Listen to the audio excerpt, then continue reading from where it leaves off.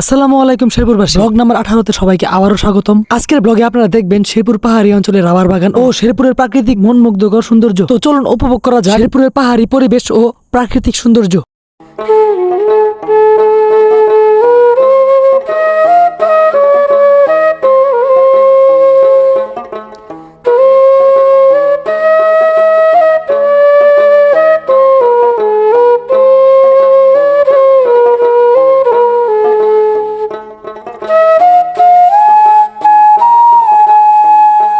তো বর্তমানে আমরা আছি পাহাড়ের ভিতরে এবং ভারতের সীমান্তের কাছাকাছি, আর আমাদের গন্তব্য হলো রাবার বাগান। সৌন্দর্য আর নীরবতা হলো পাহাড়ের স্বভাব। পাহাড় যতটাই না সুন্দর ততটাই নীরব, আর পাহাড় প্রেমীরা পাহাড়ের এই গহীনতার প্রেমে পড়ে। আর এটাই হচ্ছে রাবার প্রসেসিং সিস্টেম। আর এখানে মূলত গাছের যে রসের উপরে ডিপেন্ড করে রাবার তৈরি হয়। তো গাইস, আমরা এখন বর্তমানে আছি আমাদের এই গ্রুপ অফ কোম্পানি রাবার বাগানে। আর এই হচ্ছে আমাদের রাবার প্রসেসিং সিস্টেম। এদিকে আসে যে শুকনো রাবার, এটাই মূলত রাবার আপনার এই যে মূলত এটা রাবার, মানে এটা তরল থেকে আস্তে আস্তে রাবারে পরিণত হবে। এটা আমাদের এডিস গ্রুপ কোম্পানির রাবার বাগান।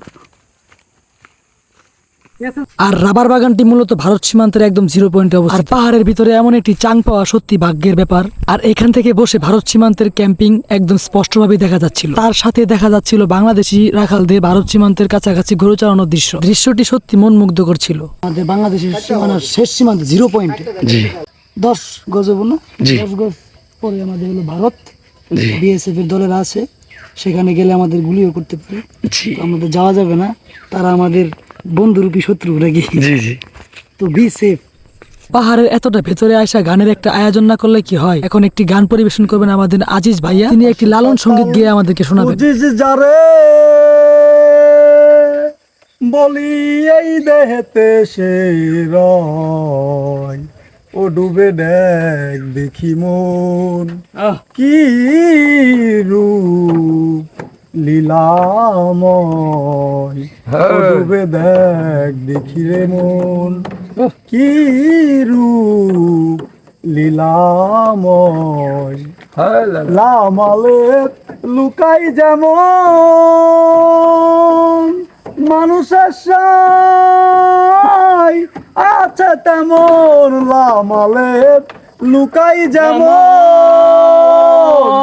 মানুষের সাই আছে তেমন, তা নইলে কি সব নুরিতন, তা নইলে কি সব নুরিতন, আদম তনে সেজদা জানাই, ডুবে দেখ দেখি মন কি রূপ লীলাময়, ডুবে দেখ দেখি মন কি রূপ লীলাময়। বাহ বাহ বাহ বাহ, চমৎকার চমৎকার। তো তারপর কিছু আরো একটু গলা ফাটা গান গায়ে শেষ করলাম আমাদের গানের প্রোগ্রাম। আপনি চাইলে পাহাড়ে গিয়ে একটা গানের প্রোগ্রাম করতে পারেন, কারণ আপনার গান শোনার মতো কেউ নেই সেখানে। না শহরে পাথরের নগরে, তাই তো আইলাম পাহাড়ে, তাই তো আইলাম পাহাড়ে। যা দেখার তো আপনারা দেখছেনই, কোনো কিছু বলা দরকার নাই, চুপ করে থাকে। নাম বললে চাকরি থাকবে না। আসলে পাহাড় যতটাই সুন্দর ততটাই ভয়ঙ্কর, আর রাতে পাহাড় সত্যি একটা ভয়ঙ্কর রূপ ধারণ করে। আর তাই আমরা সন্ধ্যা হওয়ার আগে পাহাড় থেকে বিদায় নিচ্ছি। বহু গাছপালার ঘনত্ব আর উঁচু উঁচু মাটি স্তূপকে পাহাড় বলে না, মানসিক শান্তির জায়গাকে বলে পাহাড়। বাড়ি ফেরার পথে রাংটিয়া বাজারের পেঁয়াজু আর গুলগুলির এক অমায়িক স্বাদ গ্রহণ করলাম। সত্যি গুলগুলির স্বাদটা ছিল অতুলনীয়। গুলগুলির ভেতরে নারিকেলের একটা স্বাদ ছিল। আজকের মতো বিদায়ের পালা। সবাই ভালো থাকবেন, সুস্থ থাকবেন। আশা করি আমার ভিডিওটি ভালো লাগলে অবশ্যই লাইক কমেন্ট শেয়ার করে পাশে থাকবেন, এবং নতুন নতুন ব্লগ দেখার জন্য অবশ্যই পেজটি ফলো করে রাখবেন। দেখা হবে আবার নতুন কোনো ব্লগে। আল্লাহ হাফেজ।